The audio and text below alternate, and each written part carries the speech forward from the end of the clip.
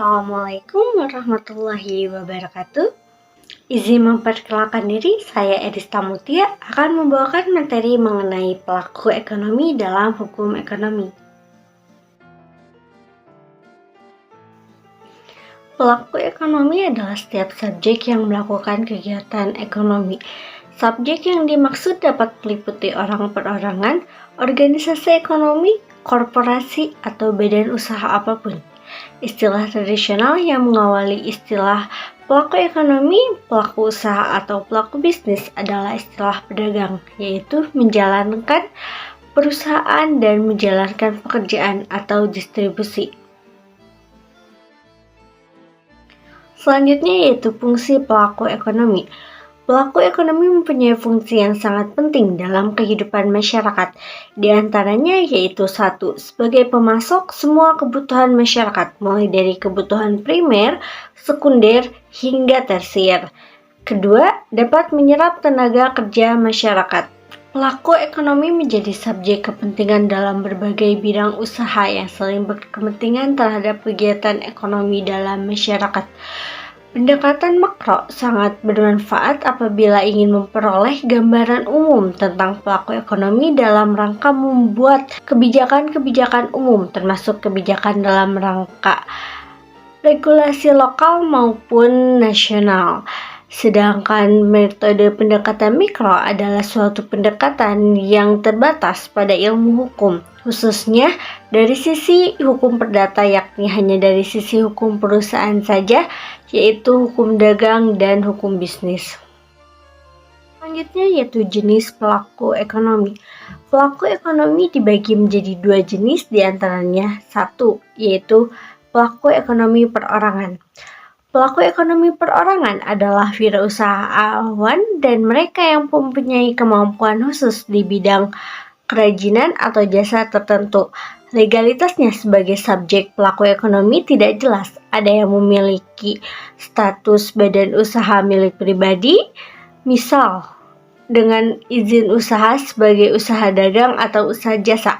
Kondisi seperti ini memerlukan pengaturan-pengaturan khusus, diantaranya yang pertama ada kebijakan, yaitu meliputi berbagai perangkat hukum yang memberikan kebijakan-kebijakan terhadap pelaku ekonomi yang lemah.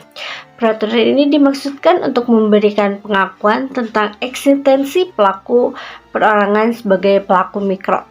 Dan yang kedua yaitu izin operasional, yaitu tentang peraturan yang sifatnya membuka akses modal dan fasilitas lain, peraturan yang sifatnya memberi legalitas berusaha atau izin usaha dan izin operasional, peraturan yang mengatur izin tempat usaha agar tidak mengganggu lingkungan usaha bagi masyarakat, dan kemitraan dengan pelaku ekonomi besar.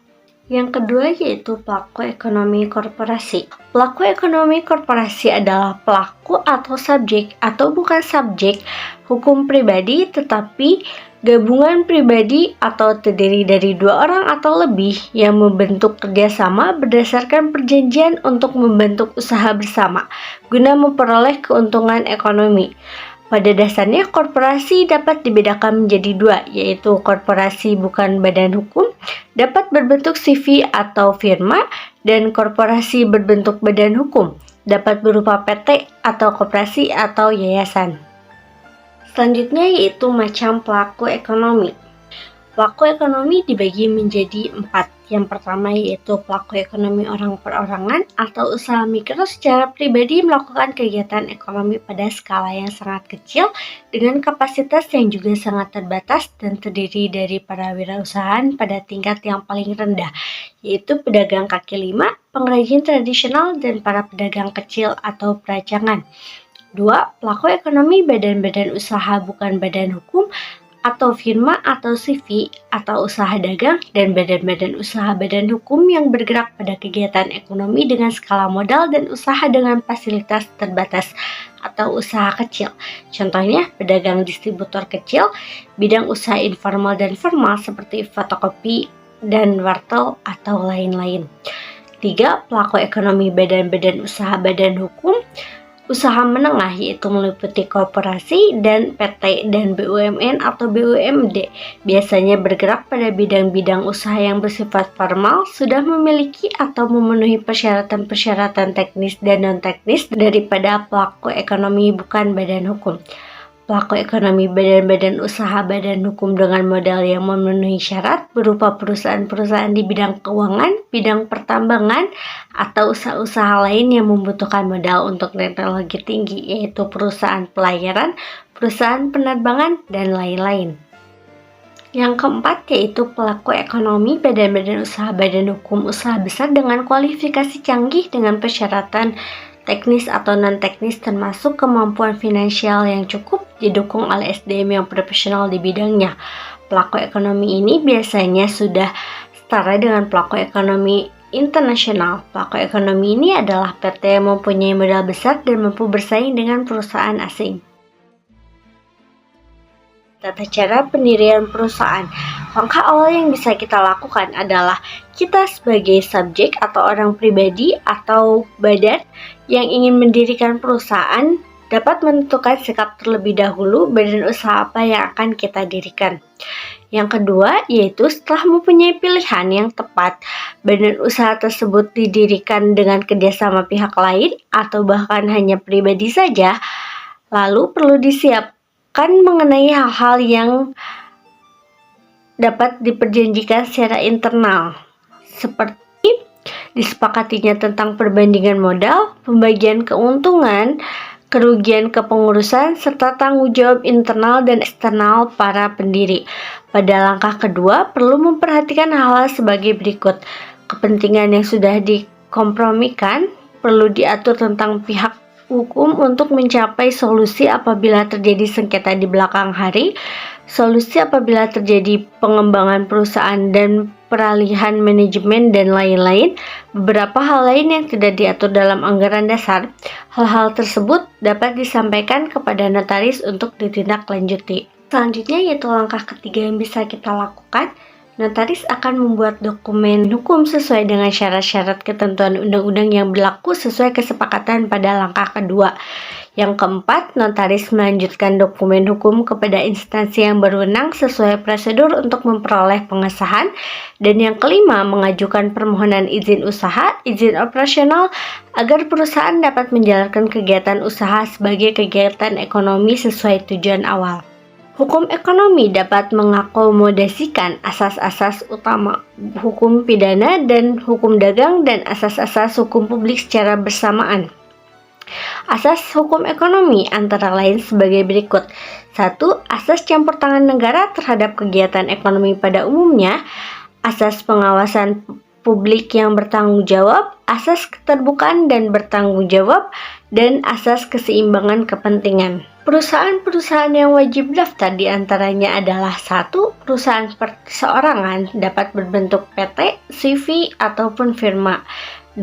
Perusahaan lain yang melaksanakan kegiatan usaha dengan tujuan memperoleh keuntungan atau laba. Perusahaan tersebut dapat berstatus kantor tunggal, kantor pusat atau induk, kantor cabang atau kantor pembantu perusahaan, anak perusahaan, kantor agen, dan kantor perwakilan perusahaan. Yang wajib melakukan pendaftaran adalah sebagai berikut. 1. Pemilik atau pengurus perusahaan yang bersangkutan atau dapat diwakilkan kepada orang lain atau notaris dengan memberikan surat kuasa yang sah. 2. Apabila pemilik lebih dari satu orang, maka para pemilik diwajibkan melakukan pendaftaran. Tetapi apabila di antara mereka lebih memenuhi kewajiban pendaftaran, maka yang lain diberikan kebebasan dari kewajiban ini. 3. Apabila pemilik atau pengurus perusahaan yang berkedudukan di wilayah negara Republik Indonesia tidak bertempat tinggal di wilayah negara Republik Indonesia, pengurus kuasa yang ditugaskan memegang pimpinan yang berkewajiban untuk mendaftarkan. Tetapi kuasa mendaftarkan ini tidak termasuk kuasa untuk memenuhi kewajiban-kewajiban. Adapun yang wajib didaftarkan adalah sebagai berikut. 1. Nama perseroan terbatas atau koperasi atau CV atau firma atau perusahaan perseorangan. 2. Nama pemilik atau pengusaha perusahaan. 3. Merek perusahaan. 4. Tanggal pendirian perusahaan, 5. Jangka waktu berdirinya perusahaan, dan 6. Kegiatan pokok dan lain-lain kegiatan usaha dan izin. Oke, kesimpulan yang bisa kita dapat dari pelaku ekonomi dalam hukum ekonomi ini diantaranya itu pelaku ekonomi menjadi subjek kepentingan dalam berbagai bidang usaha yang saling berkepentingan terhadap kegiatan ekonomi dalam masyarakat. Pelaku ekonomi dapat digolongkan ke dalam dua jenis diantaranya yaitu pelaku ekonomi perorangan dan pelaku ekonomi korporasi. Tujuan melakukan kegiatan ekonomi adalah untuk memperoleh keuntungan ekonomi pula. Pencapaian memperoleh keuntungan tersebut harus dilakukan dengan melakukan suatu aktivitas atau kegiatan sesuai bidang usaha masing-masing. Dalam rangka melakukan aktivitas atau kegiatan ekonomi harus melakukan interaksi dan transaksi maupun hubungan hukum dengan banyak pihak. Cukup sekian presentasi dari saya. Mohon maaf apabila ada kesalahan kata. Wabillahi taufiq wal hidayah. Wassalamualaikum warahmatullahi wabarakatuh.